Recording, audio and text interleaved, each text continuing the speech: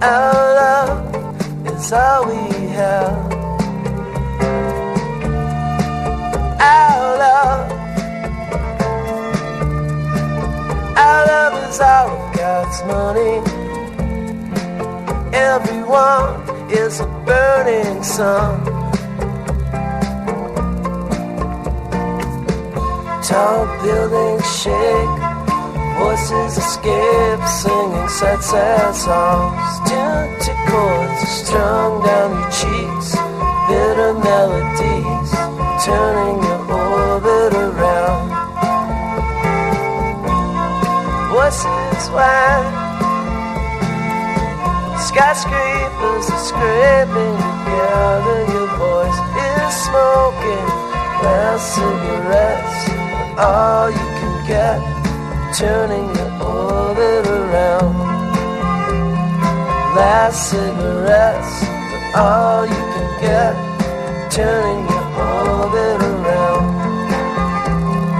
Last cigarettes, all you can get, turning your orbit around.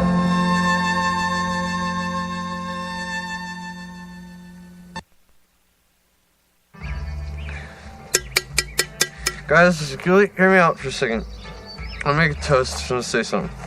This is probably the last time we're ever gonna hang. Stop laughing. Just listen to me. You know, you guys are probably gonna go off to school, to college, and just move on and leave me behind. Nah, man. We're gonna visit you on break. You shut the fuck up, Derek, and listen. Don't tell me to shut up. You guys are all gonna go to school, go to college, meet your lovely, lovely wives. I'm just gonna be left here working in my dad's store. Your dad's a tool, man. My dad's not a tool. He sells tools. It's true. I just want this summer to be the best summer of our lives. Right on. Right on, man. Fuck, man. Right on, man. Love you, man. Fucking lightweight. Hey, man. Anybody home? Yeah. Yeah, just thinking about shit. It's cool, man. I get it. Just, baked.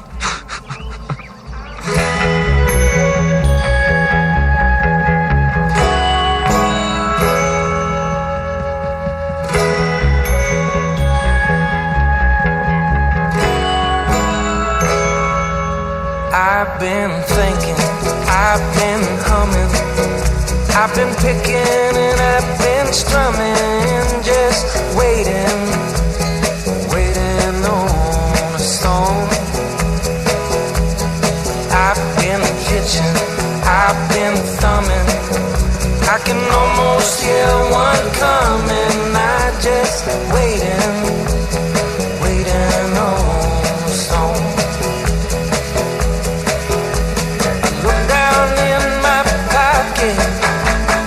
Underneath the bed, walked under a lamppost, and one hit me on the head. Am I blind or too dumb to see all the signs surrounding me? I'm just waiting, waiting on a song.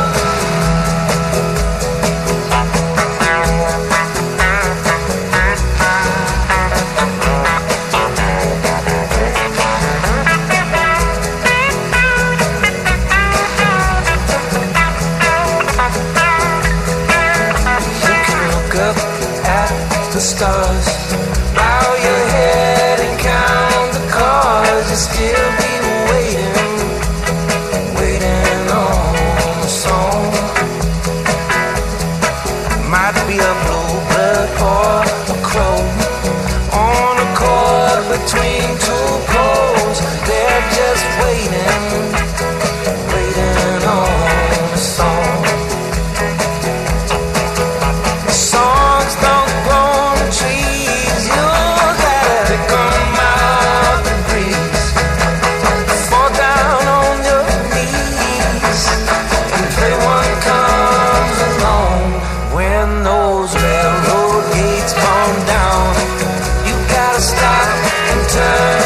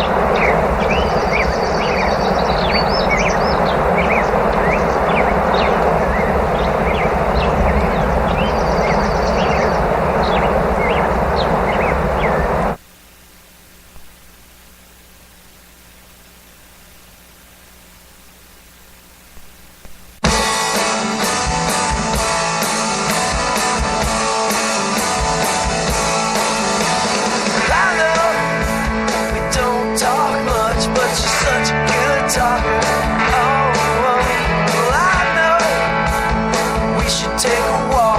She's such a fast walker. Oh, well, alright. I know where I'll be tonight. Alright. Out of sight. Well, okay. I know you don't love me, but you still been thinking of me. Oh, well, alright. I know you probably hate me. That's okay with me. Well, alright.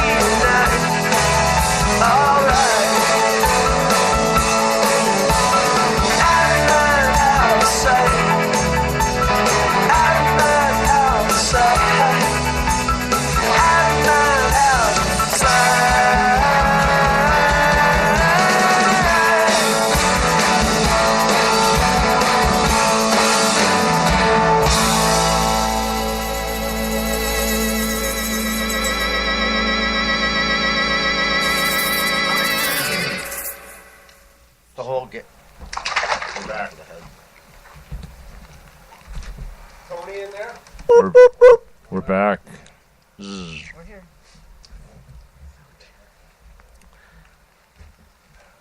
Alrighty, we're back. Thanks for staying with us. Listen to Planet Green Trees. I'm Michael Kamorn, your host, Kamorn Law PLC.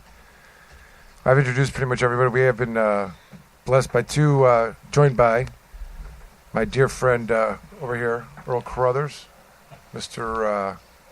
Brownie. You know, and they amended the legislature to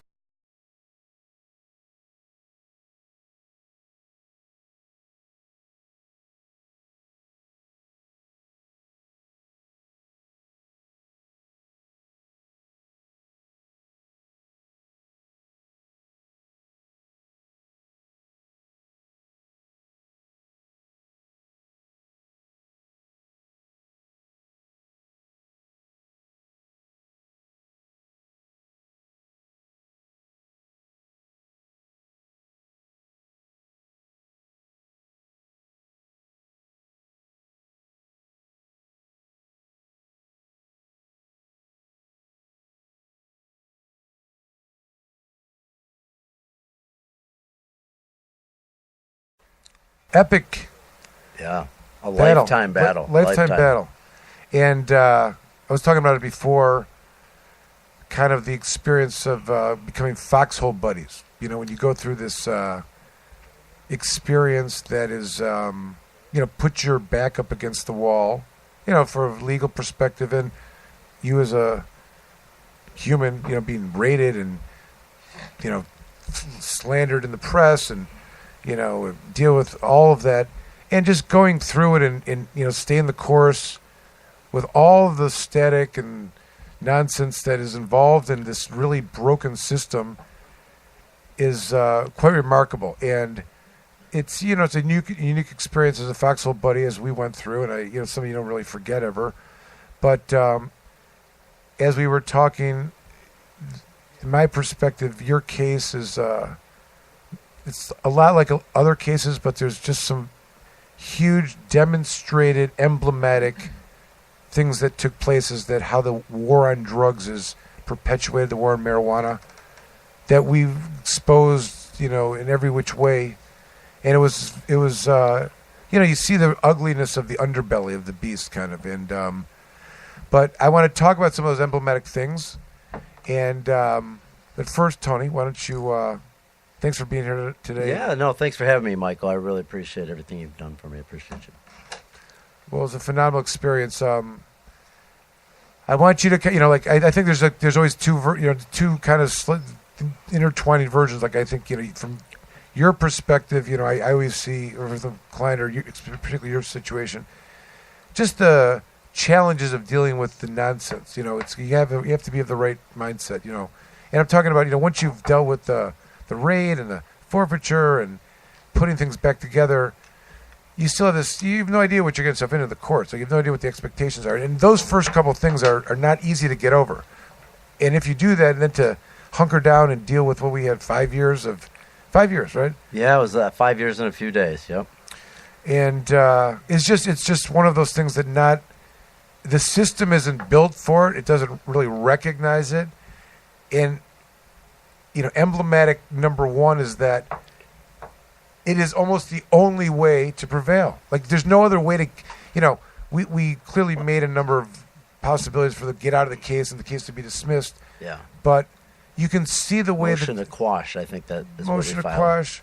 We wanted one of the Section 4 things. We can come back to that. But I'm just saying, from an emblematic standpoint, you just see the way that once you're brought into the system, like you don't really get out. Well, I mean, there's a lot of different ways to look at it. I mean, I understand your perspective, but like for me, where we were at in during that time frame of 2013 and then charges 2014, you see how it evolved. Earl's here, and we've watched a lot of people, fight. We actually, me and Shai, we call ourselves veterans now, fighting a war to educate other people, whether that's law enforcement or society, on how this is a good thing. And if our fight was what that was, I mean, I enjoyed, honestly, Michael, every day we went there. And even when the whole thing happened, I guess the only thing that I think about at the beginning of it is like, wow, these people have a lot of power if they don't like your perspective on life. And then look at all this time and things are a little bit better 5 years later, but that's probably like the thing that still kills me is like power, like what they can do to make you go drug test every week. I mean, I was actually not even drinking at the time. I was free of alcohol for several years, and I still had to be treated like an alcoholic, breathing in a tube, right? And then every football game and everything that's associated with that. It's just honestly, it's like. And what was the point, right? So cool. Like, thanks. You helped me meditate or something for 5 years and drug test for 3. Like, that's a lot of power that they can do, even if we're still fighting through it, right? Like, they're just almost like waiting just to see your point.